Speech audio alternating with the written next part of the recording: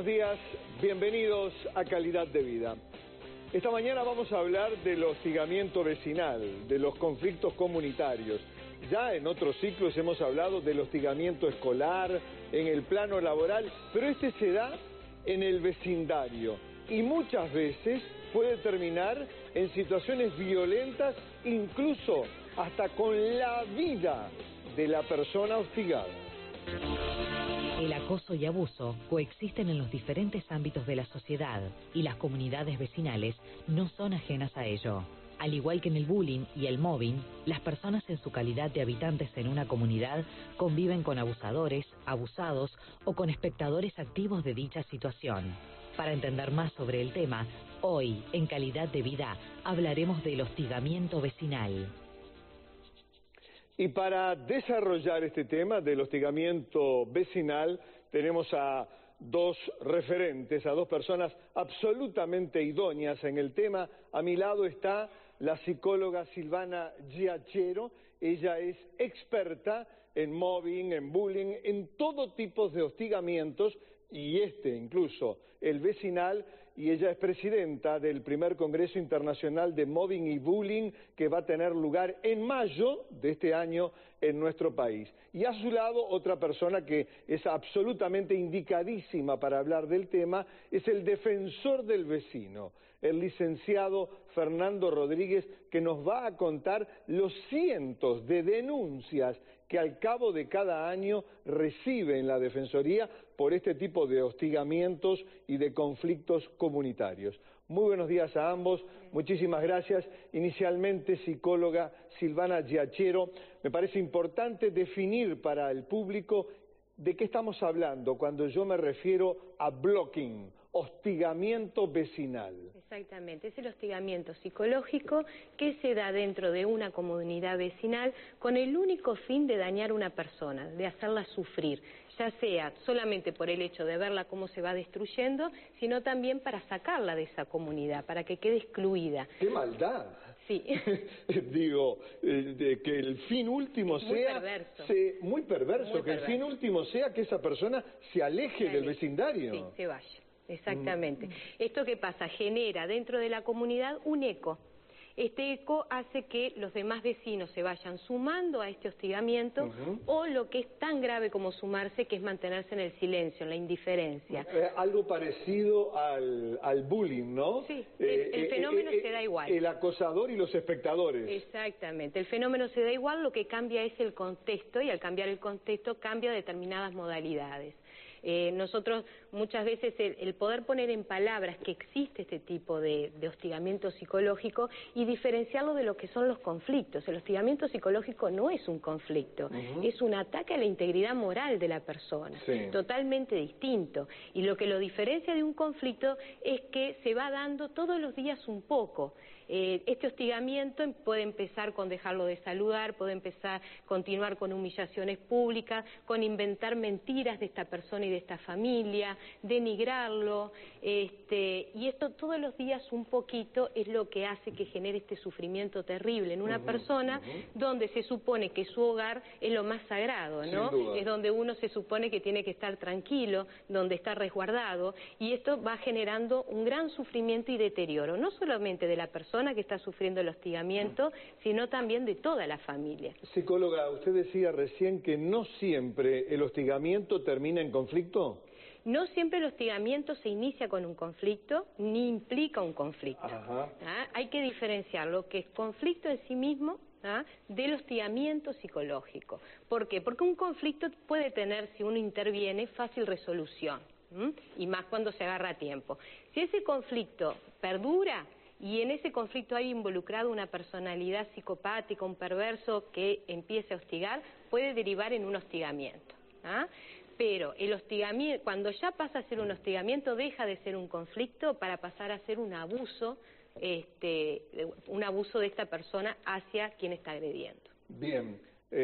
Fernando, en la Defensoría del Vecino, ¿se reciben asiduamente denuncias, llamémoslo, por conflictos comunitarios, por conflictos en la vecindad?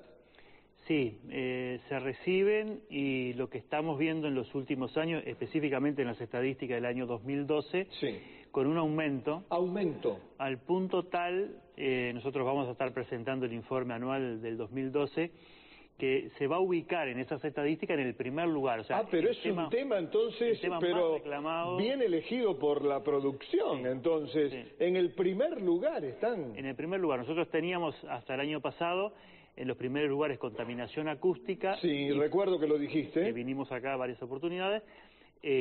Por contaminación acústica se mantienen los mismos parámetros, por el incremento en la temática conflictos comunitarios. Sí. Contaminación acústica, aun cuando se mantienen los mismos parámetros, pasa a segundo lugar, porque el primer lugar lo ocupa ahora el tema de los conflictos comunitarios, conflictos interfamiliares, digamos. Sí. Se da mucho, por ejemplo, en situaciones de propiedad horizontal, de copropiedades, lugares en donde un grupo de familias administran un espacio en común, y donde aparece de repente alguna situación de debilidad, dado por la soledad, por la edad, por el género, muchas veces. O sea, una mujer mayor de edad sola, muchas veces es, digamos, sufriente de un hostigamiento. Nosotros en esto, con el diálogo con la doctora, estamos aprendiendo mucho, porque nosotros no le damos el enfoque al hostigamiento, pero es muy interesante y puede llegar a ser muy complementario al enfoque que nosotros le damos. Cuando llega a la Defensoría, el conflicto está instalado. Ya está instalado. Ya está instalado. ¿Por qué? Porque, bueno, es muy probable que cuando llega a la Defensoría, esta persona hostigada ya recorrió otros caminos. Claro, otras instancias. Capaz que primero fue al centro comunal, claro, y se intentó apoyarse en un servicio social. Es posible que haya ido a la comisaría también. Es posible que haya ido a la policía comunitaria. Posiblemente hizo una consulta de salud también, porque hay un sufrimiento psicológico enrabado con esta situación. Y bueno, y cuando llega a la Defensoría, en general, ha hecho un recorrido por otras instituciones. Entonces nosotros lo tomamos en principio como un conflicto y empezamos a indagar. Y nos encontramos con esta cuestión del aislamiento, ¿no? Una persona que ha sido aislada, que todos los males de esa pequeña comunidad son depositadas en esa persona, cuando en realidad, bueno, posiblemente los males estén distribuidos de otra manera, digamos. Por supuesto. ¿No?